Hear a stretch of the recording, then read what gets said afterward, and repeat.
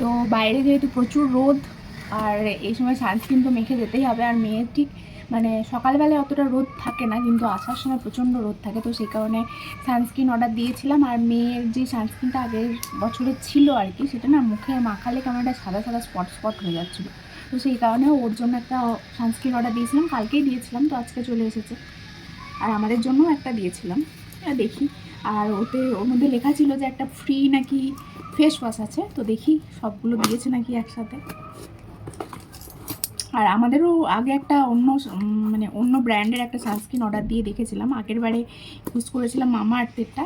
ওটা ভালো, কিন্তু না মানে প্রচণ্ড বেশি মাখার পর প্রচণ্ড ঘাম দেয় মুখের মধ্যে, তো সেই জন্য একটা অন্য ব্র্যান্ডের দিয়েছিলাম যে যাতে ভালো ওরকম যদি ঘাম না দেয়। কিন্তু আমার মুখে দেখছি ওইটা মাখার পর একদম মানে মুখটা চুল করছে, তো সেই কারণে ভাবলাম ওটা গায়ের মধ্যে মেখে নেবো।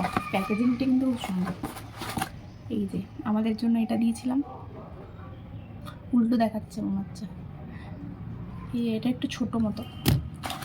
আর মেয়ের জন্য এটা দিয়েছিলাম,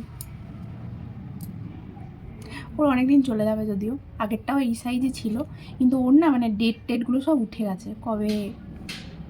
কতদিন চলবে সেই ডেটগুলো সব উঠে গেছে। তো তাই জন্য ভাবলাম যে ওটা মাখিয়ে আর লাভ নেই, তো তার থেকে একটা নতুন কিনেই নিই। আর এই যে একটা ফেস ওয়াশ দিয়েছে, আমাদের ফেস ওয়াশটা শেষ হয়ে গেছিলো, তো মামা আর্থের একটা ছোট্ট ফেস ওয়াশ দিয়েছে। কি একটা ওই রাইস ফেস ওয়াশ, যাই হোক যাই দিক ফ্রি ফ্রি জিনিস তো সবই ভালো লাগে।